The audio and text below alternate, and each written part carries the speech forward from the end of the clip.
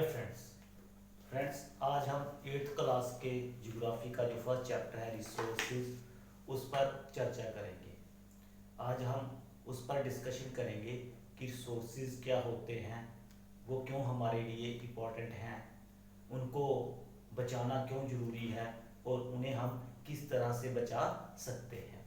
तो फ्रेंड्स सबसे पहला जो क्वेश्चन है वो ये है कि आप लोग अपने घर में या स्कूल में कई सारी चीज़ें देखते होंगे अपने इर्द गिर्द। पहले आप अपने घर की बात ले लो। आप अपने घर में या किचन में जब आपकी मदर खाना बनाती है तो वो कई सारी चीज़ों का प्रयोग करती हैं, जैसे प्लेट्स होते हैं, कप होते हैं, गिलास होते हैं और गैस है, जहाँ और कई सारी चीज़ें हैं जहाँ आप जब जो आपके घर में जैसे फर्नीचर है, बेड है, टीवी है, कई सारी चीज़ें देखते हो, है ना। और ये चीज़ें आपने क्यों रखी हैं अपने घर? अगर आपसे ये पूछे कि आपने अपने घर में TV, bed, sofa set, bike, cycle, car, पंखे, एसी क्यों रखा है, तो आपका जवाब क्या होगा? आपका जवाब ये होगा कि इन चीज़ों की हमें ज़रूरत है और ये चीज़ें हमारी जो नीड्स हैं उनको पूरा करती हैं, इसलिए हमने इनको अपने पास रखा है। तो इसका मतलब क्या हुआ? इसका मतलब ये हुआ कि रिसोर्स क्या होते हैं कि रिसोर्स वो चीज़ें होती हैं जो हमारी ज़रूरतों को पूरा करती हैं, उन्हें हम क्या बोलते हैं? रिसोर्सेज बोलते हैं। हिंदी में क्या बोलते हैं? हम उनको संसाधन बोलते हैं। अब हम जरा इसका और अच्छे तरीके से मैं आपको इसका मीनिंग समझाने की कोशिश करता हूँ कि जैसे रिसोर्स क्या होता है? Anything that can be used to satisfy a need is a resource. कि हर कोई चीज़, हर ऐसी चीज़ जो हमारी ज़रूरत को पूरा करती है उसे हम क्या कहते हैं? रिसोर्स कहते हैं या संसाधन कहते हैं। बात आ रही है समझ? जैसे मान लो कि जो बाइक है वो क्या करती है? हमारी ज़रूरत को पूरा करती है। मतलब आपके पापा ने रोज़ ऑफिस जाना है तो वो बाइक से जाते हैं, तो बाइक ने क्या किया? आपके पापा की ज़रूरत को पूरा किया। अगर बाइक नहीं होती तो वो पैदल जाते या किसी बस में जाते तो ज़्यादा टाइम लगता, लेकिन बाइक है, मतलब बाइक से क्या होगा कि जो रास्ता बस से आधे घंटे में पूरा करना है बाइक से वो 10 मिनट में हो जाता है। तो यहाँ क्या किया बाइक ने? यहाँ बाइक ने आपके पापा की ज़रूरत को पूरा किया। तो बाइक क्या हो गई? रिसोर्स हो गई, संसाधन हो गई। इसी तरह दूसरी एग्जांपल ले लो आप कि जैसे बुक है, जो मैंने हाथ में बुक पकड़ी है तो ये क्या है? ये रिसोर्स है। मतलब मेरी पढ़ाई करने का क्या है? ये रिसोर्स है, संसाधन है। अगर बुक नहीं होती तो मैं पढ़ाई कैसे करता? तो इस मतलब मेरी जो पढ़ाई की जरूरत है उसे इस बुक ने क्या किया? पूरा किया। तो ये बुक क्या है? संसाधन है या रिसोर्स है। अब दूसरे तरीके से इसका मीनिंग देखते हैं कि all the elements of environment which fulfill man's need or perform the function which benefits man। कि वो सारे हमारे इन्वायरमेंट के अंदर वो सारी चीज़ें, वो सारे मटेरियल, वो सारे एलिमेंट्स जो हमारी ज़रूरतों को क्या करते हैं? पूरा करते हैं और हमें उनसे फ़ायदा होता है, उन्हें हम क्या बोलते हैं? रिसोर्स बोलते हैं। क्या बोलते हैं? रिसोर्सेज बोलते हैं। जैसे मान लो लैंड, जमीन जो है ये क्या करती है? हमारी ज़रूरतों को पूरा करती है, हमारे लिए मतलब जो वो है खाना है वो उत्पन्न करती है ना। मिट्टी है, मिट्टी हमारे लिए खाना उत्पन्न करती है। पानी हमारी प्यास को बुझाता है, हमारे लिए बिजली बनाता है, हमारे खेतों जो खेतों के लिए पानी की ज़रूरत होती है वो पूरी करता है। मिनरल्स, हम मतलब हमारी ज़मीन के अंदर कई तरह के मिनरल्स मिलते हैं जिनको मतलब जिनकी हमें बहुत ज़्यादा ज़रूरत है। तो ये सारे क्या है? ये लैंड, सॉइल, वाटर, मिनरल्स, ये सारे हमारी ज़रूरतों को पूरा करते हैं, इसलिए हमें इन क्या बोलते हैं? रिसोर्सेज बोलते हैं। क्या बोलते हैं? रिसोर्सेज बोलते हैं। फिर अब एक चीज़ है कि कोई भी ऑब्जेक्ट है, कोई भी चीज़ है, क्या वो रिसोर्स है? मतलब कोई भी चीज़ है, कोई भी ऑब्जेक्ट है, क्या वो रिसोर्स है? मतलब ये पेन है, मैंने हाथ में पेन पकड़ा है तो क्या ये रिसोर्स है? हाँ, हम कहेंगे ये क्या है? रिसोर्स है। क्यों?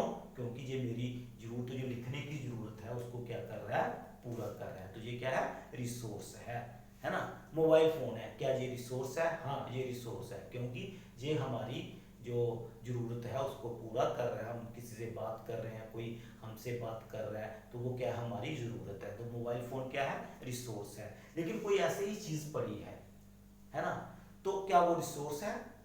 नहीं, वो रिसोर्स नहीं है। कोई भी चीज़ तब तक रिसोर्स नहीं होती जब तक कि उसकी कोई यूटिलिटी ना हो, कोई उपयोगिता ना हो। मान लो कोई चीज़ है, उसकी कोई उपयोगिता ही नहीं है, उसकी कोई यूटिलिटी नहीं है, तो वो रिसोर्स नहीं हो सकती। कोई भी चीज़, कोई भी ऑब्जेक्ट तभी रिसोर्स होता है जब उसके लिए, उसकी हमारे लिए कोई उपयोगिता है, उसकी हमारे लिए कोई यूटिलिटी है, तभी वो क्या है? रिसोर्स है। मान लो आज से 200 साल पहले कोयला था, ठीक है, तो हम मतलब ना हमें पता था कि ये कोयला होता है, ना हमें ये पता था कि इसका उपयोग किस तरह से होता है, ना हमें उसका उपयोग करना आता था। तो क्या उस समय जो कोल था वो रिसोर्स था? नहीं, वो रिसोर्स नहीं था, क्योंकि उस समय उसकी हमारे लिए कोई भी यूटिलिटी नहीं थी, इसलिए वो रिसोर्स नहीं था। मतलब आपको बात समझ आ गई कि कोई भी ऑब्जेक्ट, कोई भी मटेरियल वो रिसोर्स तभी होगा जब उसकी हमारे लिए कोई उपयोगिता होगी, उसकी हमारे लिए कोई यूटिलिटी होगी। अब यूटिलिटी क्या होता है कि what is the meaning of utility? क्या यूजफुलनेस, मतलब किसी भी ऑब्जेक्ट की, किसी भी एलिमेंट की हमारे लिए क्या यूजफुलनेस है वो, ठीक है। यूजेबिलिटी मतलब सेम ही चीज है। मींस इसका मतलब क्या हो यूटिलिटी का? यूटिलिटी का मतलब है मींस कैपेसिटी ऑफ ऑब्जेक्ट और कमोडिटी, किसी भी ऑब्जेक्ट की, किसी भी कमोडिटी की वो capacity to satisfy human wants, ठीक है। मतलब किसी भी ऑब्जेक्ट, किसी भी कमोडिटी की वो कैपेसिटी जिससे हमारी जरूरत पूरी होती है, उसे हम क्या बोलते हैं? यूटिलिटी बोलते हैं। Utility is a quality of an object, मतलब जो यूटिलिटी है वो किसी भी ऑब्जेक्ट की, किसी भी एलिमेंट की या किसी भी मटेरियल की वो क्वालिटी होती है जो हमारी मतलब जरूरत है या जो हमारी डिजायर है उसको क्या करती है? पूरा करती है। तो उसे हम क्या बोलते हैं? यूटिलिटी बोलते हैं। क्या बोलते हैं? यूटिलिटी बोलते हैं, ठीक है। और दूसरा वैल्यू ऑफ रिसोर्स, हर जो रिसोर्स है उसकी वैल्यू होती है। मतलब हर रिसोर्स की एक ही तरह की वैल्यू नहीं होती, हर रिसोर्स की अलग अलग तरह की वैल्यू होती है। जैसे जो गोल्ड है इसकी मॉनेटरी वैल्यू है ना। आप किसी ब्यूटीफुल चीज़ को देखते हो, सीनरी को देखते हो, स्प्रिंग को देखते हो, उसकी अलग तरह की वैल्यू है। आप सिनेमा देखते हो, थिएटर में जाते हो, मूवी देखते हो, उसकी अलग तरह की वैल्यू है ना। जो गाड़ी है उसकी अलग वैल्यू है। तो हर जो रिसोर्स है उसकी क्या है? अलग अलग तरह की वैल्यू होती है कि आप उसका यूज किस तरह से करते हैं, उसकी आपके लिए उपयोगिता क्या है, वो डिसाइड करता है कि उसकी वैल्यू किस तरह की है। तो वैल्यू का मतलब क्या है? वैल्यू ऑफ रिसोर्स क्या होता है? रिसोर्स इज एनीथिंग, कि रिसोर्स कोई भी चीज दैट हैज यूटिलिटी, कि वो चीज, वो रिसोर्स जिसकी हमारे लिए यूटिलिटी है and add value to our life, और वो हमारे लाइफ में कुछ ऐड करता है, कुछ वैल्यू ऐड करता है, तो वो क्या होती है? वैल्यू ऑफ रिसोर्स होती है। वो क्या होती है? वैल्यू ऑफ रिसोर्स होती है। जैसे the value of each resource depends on it's utility, कि हर रिसोर्स की जो वैल्यू है वो अलग अलग तरह की होती है, कि उस रिसोर्स का हम यूज किस तरह से कर रहे हैं, ठीक है। इतनी बात आपको समझ आ गई। तो अब इसमें एक चीज और मैं आपको बताता हूं कि जैसे मैंने आपको पहले बताया कि कुछ जो रिसोर्स होते हैं वो एक, उनमें इकोनॉमिकली वैल्यू होती है, किसी की सोशल वैल्यू होती है, किसी की कल्चरल वैल्यू होती है, किसी की साइकोलॉजिकल वैल्यू होती है। तो अभी ये है कि जो संसाधन है या रिसोर्स है, मान लो कोई, जैसे मैंने आपको एग्जांपल दिया कि जैसे कोयले की एग्जांपल दी मैंने कि आज से 100 साल पहले हमें पता ही नहीं था, जो मतलब मैन है उसको पता ही नहीं था कि कोयला क्या होता है, इसका यूज़ क्या होता है, इसको यूज़ हम किस तरह से करते हैं। तो वो हमारे लिए क्या था? रिसोर्स नहीं था, क्योंकि हमें उसकी यूटिलिटी ही नहीं पता थी, वो हमारे लिए किसी भी प्रकार से उपयोगी था ही नहीं, इसलिए वो रिसोर्स नहीं था। जैसे जैसे मतलब टेक्नोलॉजी बढ़ी, जैसे जैसे लोगों में नॉलेज आया, जैसे जैसे लोगों में स्किल आया, तो उन्होंने जो नई नई चीज़ों को खोजा, है ना, नई नई इन्वेंशंस की, तो उन्होंने क्या मतलब मैन ने क्या किया, कई सारी जो चीज़ें थी उनको अपने लिए उपयोगी बनाया और उनको रिसोर्स बनाया।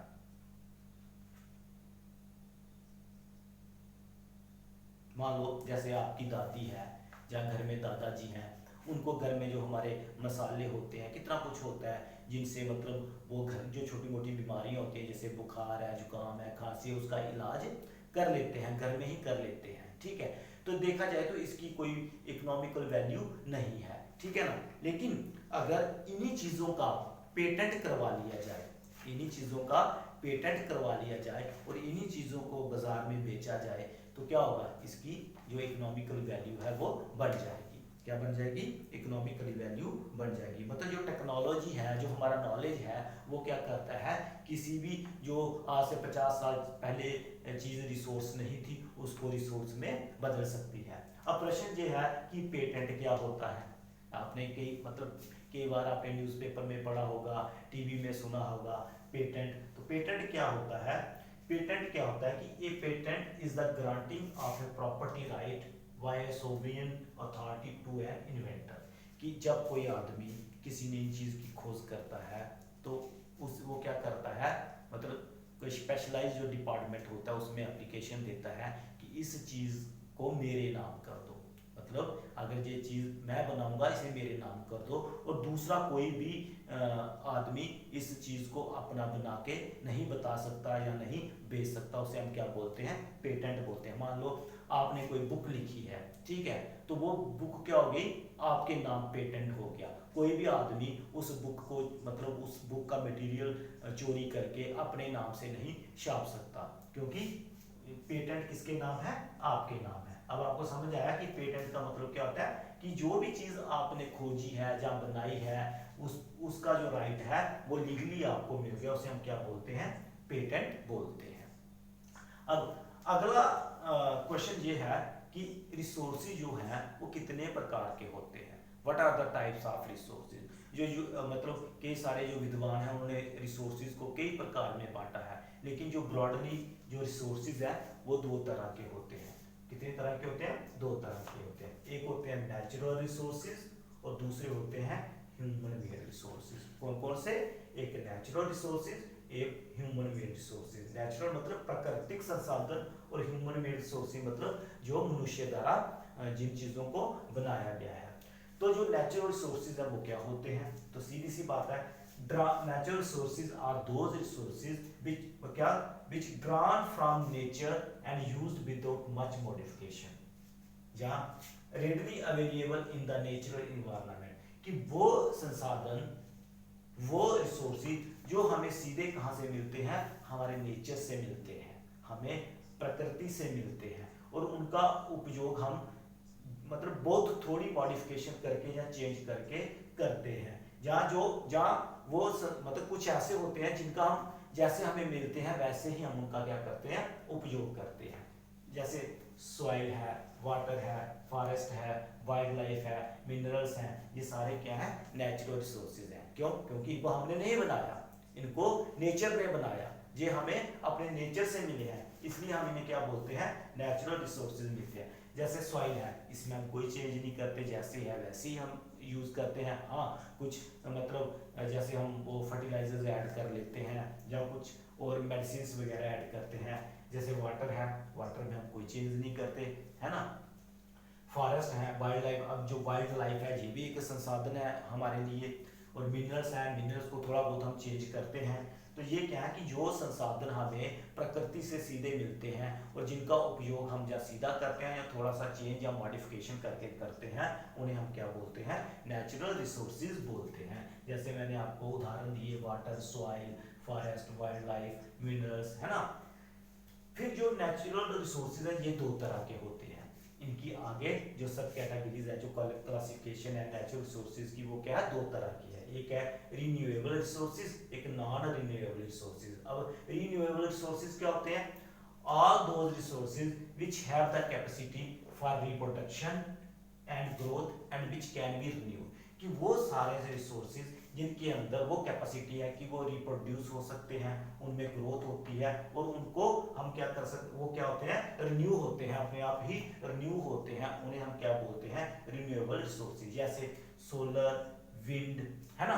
तो ये क्या है, ये रिसोर्सेज ऐसे हैं ये कभी खत्म नहीं होंगे, ये जो सोलर है, विंड है, ये क्या हम जितना मर्जी इनका यूज कर लें ये कभी खत्म नहीं होंगे। ठीक है, इसी तरह जैसे वो है कि पेड़ पौधे हैं, ये खत्म हो सकते हैं अगर हम इनका अंधाधुंध या मतलब बेवकूफों की तरह प्रयोग करें तो वो खत्म हो सकते हैं। ठीक है, अब आगे देखिए, non renewable resources. Non renewable resources वो होते हैं कि विच हैव लिमिटेड स्टॉक, जिनका जो स्टॉक है वो लिमिटेड है, अगर हम उनका बहुत ज़्यादा यूज करेंगे तो वो ख़त्म भी हो सकते हैं और उनको बढ़ने में बाद में लाखों करोड़ों वर्ष लग सकते हैं। ठीक है, जैसे these resources are not generated और रिफाउंड, और ये रिसोर्सेज इतनी जल्दी दोबारा नहीं बनते हैं, कितनी जल्दी, at rates equivalent to the rate at which we use them, कि मतलब ये रिसोर्सेज दोबारा इतनी जल्दी नहीं बनते जितनी जल्दी हम इनका यूज कर रहे हैं, जितनी स्पीड से हम इनका यूज कर रहे हैं उतनी स्पीड में ये दोबारा जनरेट या रिफॉर्म नहीं होते। ठीक है,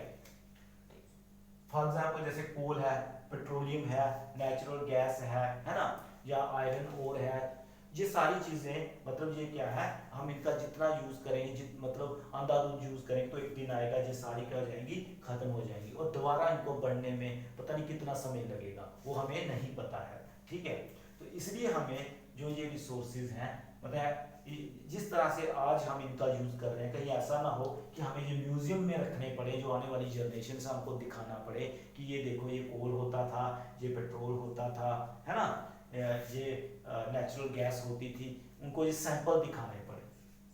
फिर दूसरी टाइप है ह्यूमन मेड रिसोर्सेज। कौन सी टाइप है, ह्यूमन रिसोर्स, जैसे नाम से ही आपको पता लग रहा है human made resources. Human made resources क्या होते हैं, when we human use any natural stuff to make something new that provide utility and value to our life, कि कोई ऐसा मतलब ऐसा जैसे हम ये कहते हैं कोई नेचुरल, कोई भी नेचुरल ऑब्जेक्ट जिसे हम अपने यूज करने के लायक बनाते हैं, क्या करते हैं, जिसे हम अपने यूज करने के लायक बनाते हैं और वो हमारी जो नीड है उसको पूरा करता है, उसे हम क्या बोलते हैं, ह्यूमन मेड रिसोर्स बोलते हैं। ठीक है, आगे देखिए, टू आवर लाइफ, जो और हमारी लाइफ को क्या बनाते हैं, आसान बनाते हैं। और जो ह्यूमन मेड रिसोर्स होते हैं ये नेचुरल वर्ल्ड में नहीं होते, क्योंकि इन्हें हम बनाते हैं, इन्हें ह्यूमन बनाता है, इसलिए तो इनको ह्यूमन मेड रिसोर्स कहा है ना। और मतलब दूसरे तरीके से हम इनको समझते हैं, objects that are converted into accessible form after changing their original form, कि मतलब वो ऑब्जेक्ट जिनको हम क्या करते हैं, उनको कन्वर्ट करते हैं, उन्हें हम अपने यूज करने के लायक बनाते हैं, चेंज करके उन्हें हम क्या बोलते हैं, ह्यूमन मेड रिसोर्स बोलते हैं। जैसे मान लो रेत है ना, जिसे आप बोलते हैं रेत है, या ईंट है, पत्थर है, मिट्टी है, इन सारी चीजों को यूज करके हम एक बिल्डिंग बनाते हैं, तो बिल्डिंग क्या बन गई, मैन मेड, क्या बन गई, ह्यूमन मेड। तो बिल्डिंग कौन सा रिसोर्स है, ह्यूमन मेड रिसोर्स है। इसी तरह ब्रिजेस हैं, ब्रिजेस का भी हमने प्रयोग किया कि ब्रिज को हमने कैसे बनाया, नेचुरल रिसोर्सेज को मॉडिफाई करके उनका यूज करके हमने ब्रिज बनाया, तो ब्रिज क्या हो गया, ह्यूमन मेड रिसोर्स हो गया। इसी तरह ट्रेन ट्रैक है, रोड्स हैं, डैम्स हैं, है ना, या और भी कई मकान हैं, तो ये सारी चीजें क्या है, मैन मेड है। इलेक्ट्रिसिटी है, तो ये इलेक्ट्रिसिटी हमने क्या किया, नेचुरल रिसोर्सेज को मॉडिफाई करके चेंज करके हमने क्या बनाया, इलेक्ट्रिसिटी बनाई। तो इलेक्ट्रिसिटी क्या बन गई, ह्यूमन मेड रिसोर्स बन गई। क्या बन गई, ह्यूमन मेड रिसोर्स। अब आपको पता चल गया होगा कि ह्यूमन मेड रिसोर्सेज क्या होते हैं। ह्यूमन मेड रिसोर्सेज वो रिसोर्स होते हैं जिन्हें हम लोग क्या करते हैं, उन्हें मॉडिफाई करके, उन्हें चेंज करके, टेक्नोलॉजी का यूज करके उन्हें अपने यूज करने लायक बनाते हैं, उन्हें हम क्या कहते हैं, ह्यूमन मेड रिसोर्स कहते हैं। ठीक है, अब अगला जो हमारा कंसेप्ट वो है human as a resource. Human as a resource, जो ह्यूमन है, जो मानव है, वो भी एक क्या है, रिसोर्स है, वो भी एक क्या है, संसाधन है। मतलब क्योंकि जो ह्यूमन है, जो हम लोग हैं, हम ही तो किसी वस्तु को क्या बनाते हैं, यूज करने लायक बनाते हैं। ह्यूमन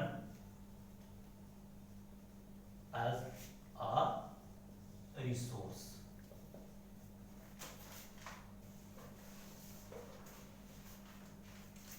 तो ह्यूमन रिसोर्स क्या हुआ, ह्यूमन रिसोर्स हुआ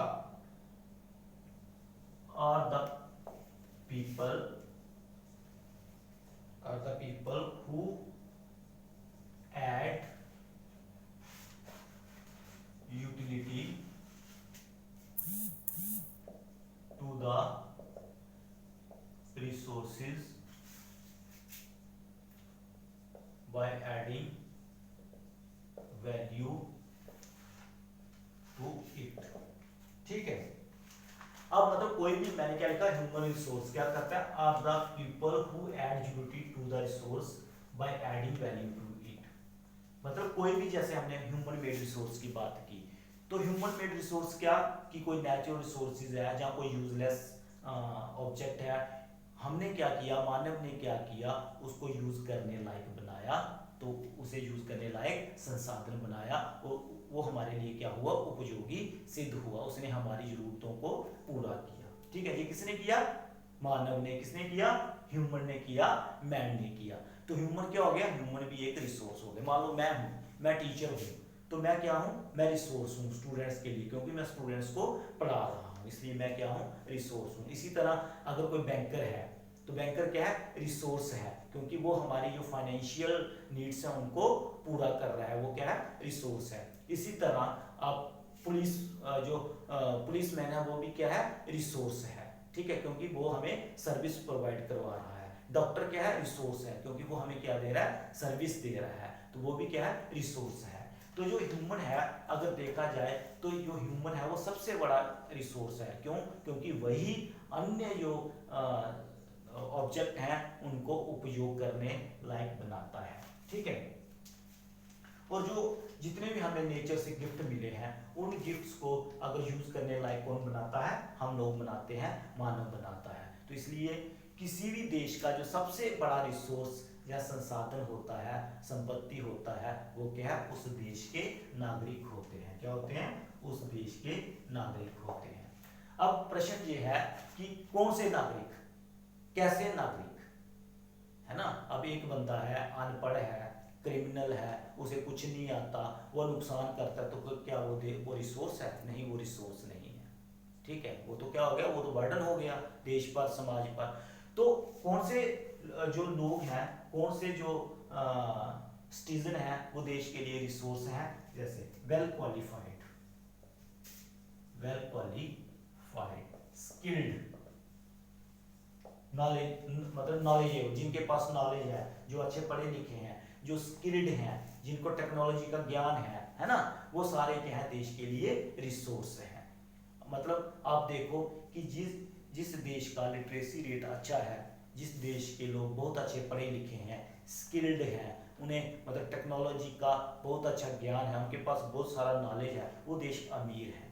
जैसे अमेरिका ले लो, इंग्लैंड ले लो, कनाडा ले लो, है ना, जापान ले लो। क्यों ये देश अमीर है? क्योंकि जो उनका ह्यूमन रिसोर्स है वो क्या है, वेल, हम कह सकते हैं वेल डेवलप है, एजुकेटेड है, हेल्थी है, स्किल्ड है, नॉलेज है उनके पास, है ना, उनका विजन ब्रॉडर है, वो नई नई डिस्कवरीज, हमेशा नई नई डिस्कवरीज करते हैं, नई नई इन्वेंशंस करते हैं।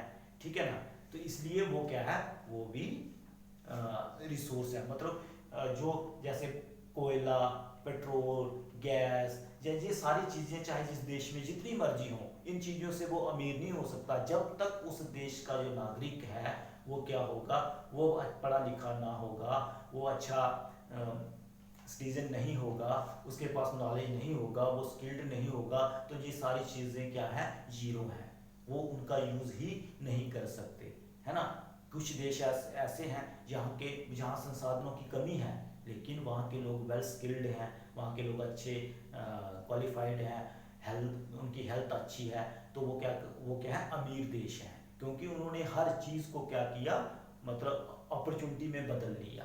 किसके कारण? क्योंकि वो स्किल्ड है, उनके पास नॉलेज है। जैसे आप उसकी एग्जांपल ले सकते हो इजराइल की, है ना। तो अभी आपने अफगानिस्तान का एग्जांपल ले लो, तो ऐसे न्यूज़पेपर्स में आता है, टीवी में देखा है हमने कि अफगानिस्तान के अंदर बहुत सारे मिनरल्स हैं, लेकिन वहाँ हालात क्या है, क्योंकि वहाँ के लोग क्या है, पढ़े लिखे नहीं है, उनके पास टेक्नोलॉजी नहीं है, उनके पास स्किल नहीं है, इसलिए वो उन चीज़ों को यूटिलाइज करने के लायक नहीं बना सके। तो इससे आपको पता चल गया होगा कि जो ह्यूमन रिसोर्स है वो कितना इम्पोर्टेंट है, कितना मतलब किसी भी देश की तरक्की अगर तरक्की के लिए वहाँ के ह्यूमन रिसोर्स का डेवलप होना बहुत जरूरी है। अब एक क्वेश्चन है कि जो रिसोर्सेज हैं क्या ये हर देश में हर जगह में एक जैसे पाए जाते हैं? तो इसका उत्तर है नहीं, ये एक जैसे नहीं पाए जाते। इनका डिस्ट्रीब्यूशन क्या है? अनइवन है। इनका डिस्ट्रीब्यूशन क्या है? अनइवन है। कहीं बहुत ज्यादा पाए जाते हैं, कहीं थोड़े कम पाए जाते हैं, कहीं बिल्कुल भी नहीं पाए जाते।